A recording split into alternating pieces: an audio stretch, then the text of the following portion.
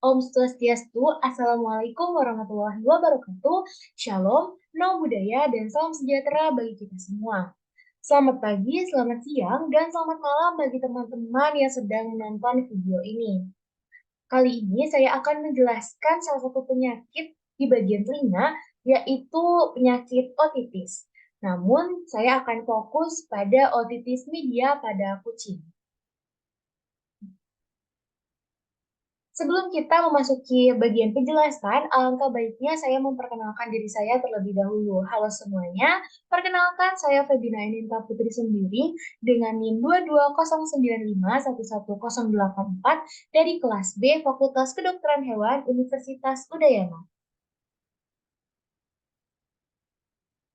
Adapun topik-topik pembahasan kita pada hari ini yaitu ada latar belakang, ada pembahasan, dilanjutkan dengan penyebab, lalu dilanjutkan terapi, dan ditutup dengan kesimpulan. Masuk ke latar belakang. Penyakit yang sering terjadi pada kucing selain jamur adalah radang telinga atau otitis. Nah, otitis ini merupakan inflamasi telinga yang ditandai dengan nyeri, demam, hilangnya pendengaran, tinnitus, dan vertigo. Terdapat berbagai macam kondisi dan sebab yang dapat mengakibatkan terjadinya radang telinga atau otitis pada kucing, mulai dari tungau telinga atau ear mite, bakteri, jamur, kanker, alergi, gangguan sistem kekebalan tubuh, luka, dan lain-lain. Nah, ada pun jenis-jenis dari otitis ini sendiri, yaitu yang pertama ada otitis eksterna, otitis media, dan otitis interna. Kita masuk ke penjelasan dari otitis eksterna, dari bagian luar. Nah, otitis eksterna peradangan yang terjadi pada telinga bagian luar, yaitu pinna dan auditorius externus. Secara umum terjadi pada anjing, jadi jarang terjadi pada kucing. Secara klinis dapat terjadi unilateral atau salah satu, atau bilateral atau keduanya. Akut atau kronis, tidak berulang atau berulang. Nah, otitis eksterna ini juga terbagi menjadi parasitik dan non-parasitik. Yang parasitik ini disebabkan oleh ektoparasit Otodectes sp, sedangkan yang non-parasitik disebabkan oleh bakteri dan jamur, seperti Staphylococcus sp dan lain-lain. Selanjutnya adalah otitis interna. Nah, otitis interna ini yaitu radang telinga bagian dalam yang dapat menyebabkan pusing.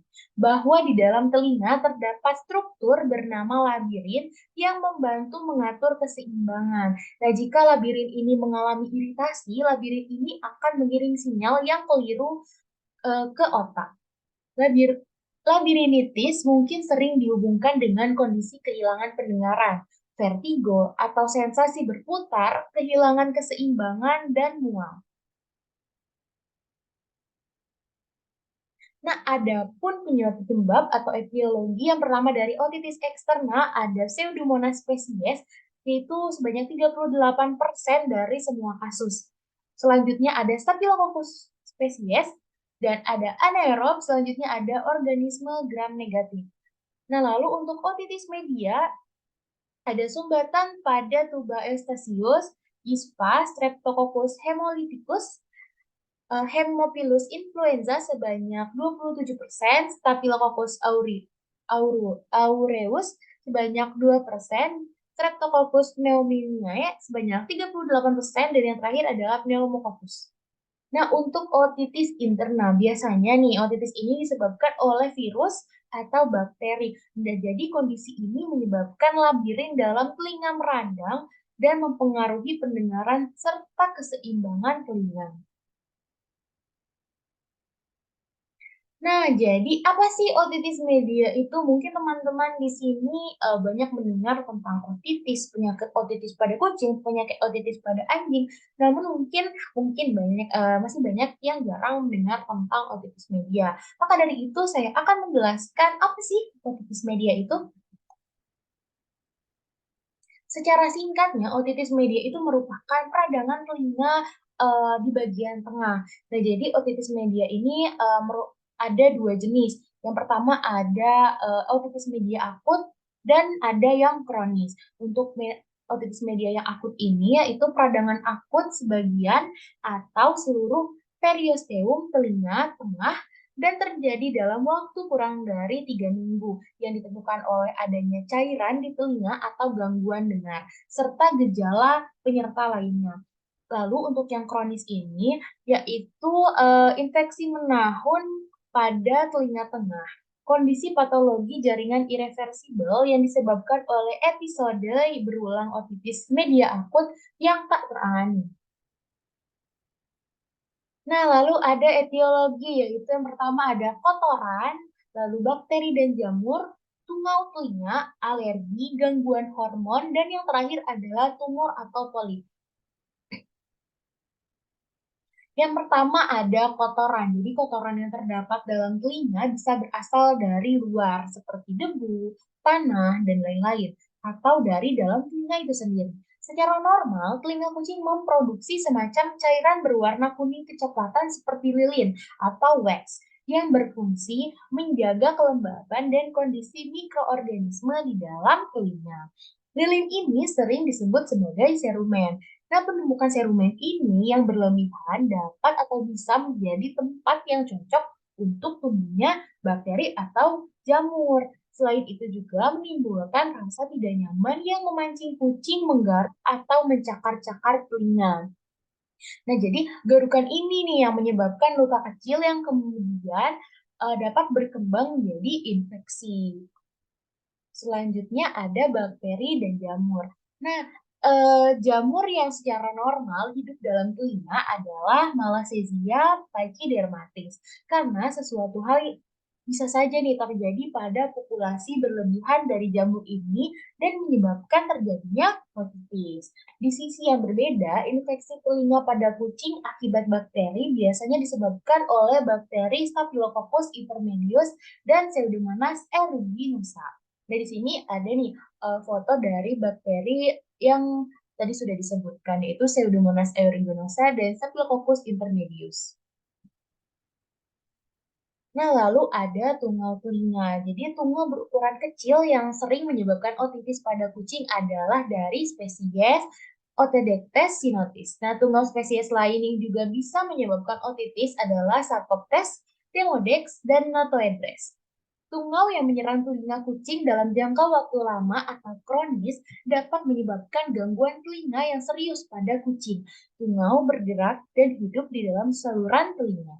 Tungau ini dapat dengan memakan jaringan yang mati dan cairan seperti lilin yang dikeluarkan oleh telinga. Nah, tungau ini dapat menyebabkan iritasi dan berlanjut menjadi infeksi. Tuh. Lalu ada alergi. Nah, kucing alergi biasanya menunjukkan gejala penyakit lain seperti kulit gatal dan lain-lain. Tetapi bisa saja gejala alergi yang muncul hanya berupa otitis. Makanan hipoalergenik bisa membantu dalam menentukan dan mengendalikan alergi. Selanjutnya ada gangguan hormon. Nah, kekebalan tubuh yang berkurang menyebabkan berbagai penyakit mudah muncul. Salah satunya adalah infeksi telinga. Pemeriksaan darah di laboratorium kadang-kadang diperlukan untuk mendiagnosis otitis yang disebabkan gangguan hormon. Lalu selanjutnya ada tumor atau polip. Tumor dapat saja bertumbuh di telinga atau saluran telinga. Tumor atau polip ini bisa muncul sebagai akibat infeksi telinga yang berkepanjangan. Lalu ada bentuk telinga. Bentuk telinga yang terlipat atau menutup seperti pada ras kucing Scottish Fold mempertinggi resiko terkena otitis. Bulu yang tumbuh berlebihan dalam telinga juga meningkatkan resiko terkena otitis. Oleh karena itulah kucing-kucing dengan bentuk telinga atau bulu panjang yang berlebihan yang tumbuh di telinga memerlukan perhatian dan perawatan lebih dibanding kucing lainnya. Nah, jadi selanjutnya kita akan masuk ke terapi. Terapi abortif adalah pengobatan yang dimaksudkan untuk menghentikan kondisi medis dan perkembangan lebih lanjut. Pengobatan yang dilakukan pada tanda-tanda paling awal dari munculnya penyakit seperti gejala sakit kepala atau migrain adalah um, sebuah terapi abortif. Terapi suportif adalah suatu terapi yang tidak merawat atau memperbaiki kondisi yang mendasarinya, melainkan meningkatkan kenyamanan pada pasien. Terapi yang diberikan pada Simo untuk mengobati otitis medianya yaitu pemberian antihistamin, antibiotik, profen, tetes telinga, pakan diem, salep mata, dan otolin. Jadi kesimpulan dari penjelasan kita hari ini yaitu otitis media merupakan peradangan telinga di bagian tengah. Penyakit ini terbagi atas dua jenis yaitu otitis media akut dan otitis media kronis. Adapun penyebab-penyebab terjadinya otitis media adalah kotoran, tungau, bakteri dan jamur, alergi, gangguan hormon, tumor, dan bentuk telinga. Otitis media ini dapat diatasi dengan terapi diantaranya yaitu pemberian antihistamin, antibiotik, solven, tetes telinga, pakan diet, salep mata, dan otolan. Nah, baik sekian penjelasan dari saya. Mohon maaf apabila masih ada yang kurang.